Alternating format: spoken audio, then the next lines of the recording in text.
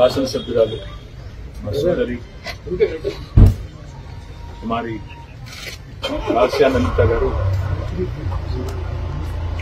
మన జరిగిన road accident లో దుర్మరణం పాలైన విషయం తెలిసి పార్టీ మొత్తం అదేవిధంగా కంటోన్మెంట్ ప్రజలు మొత్తం కూడా దిగ్భ్రాంతికి తీవ్ర విస్మయానికి తీవ్రమైన బాధ కూడా అందరం కూడా ఆ అమ్మాయిని అదేందుకు తెలియదు కానీ దాదాపుగా 10-15 రోజులుగా వివిధ రకాల దుర్ఘటనలు వెంటాడడం చివరికి ఈ రకంగా వారు అకాల మరణం పాల్గొవడం మమ్మల్ని అందరినీ కూడా తీవ్రంగా బాధ పెట్టిన సందర్భం.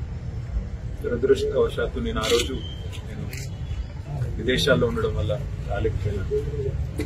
అమ్మాయి నిజంగా కూడా లాస్యానందిత గారు ఎలక్షన్ ప్రచారంలో కానీ అంతకుముందు గతంలో కార్పొరేటర్ గా పనిచేసినప్పుడు కానీ కవాడి కూడా నాకు చాలా సన్నిహితంగా ఒక చెల్లెల్లాగా దగ్గరగా పనిచేసిన మా సోదరి వాళ్ళ మా మధ్యన లేదు అంటే అందరం కూడా బాధపడతా ఉన్నాం.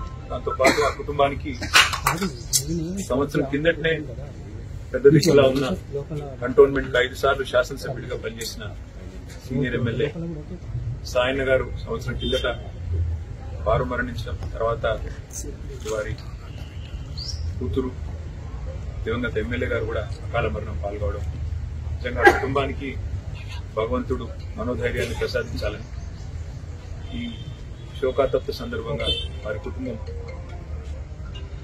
మనోధైర్యంతో నిబ్బరంతో ఉండాలని వారికి అండగా మేమందరం కూడా పార్టీ పరంగా గౌరవ కేసీఆర్ గారితో పాటు పార్టీ పరంగా అందరం కూడా ఉంటాం. వారికి ఏ కష్టం వచ్చినా ఏ దుఃఖం వచ్చినా ఏ రకమైన అవసరం వచ్చినా మేమందరం కూడా అండగా సోదరుల్లాగా నిలబడతామని చెప్పి కూడా వారికి తెలియజేస్తూ కంటోన్మెంట్ ప్రజలు కూడా మంచి మెజారిటీతో అమ్మాయిని గెలిపించారు.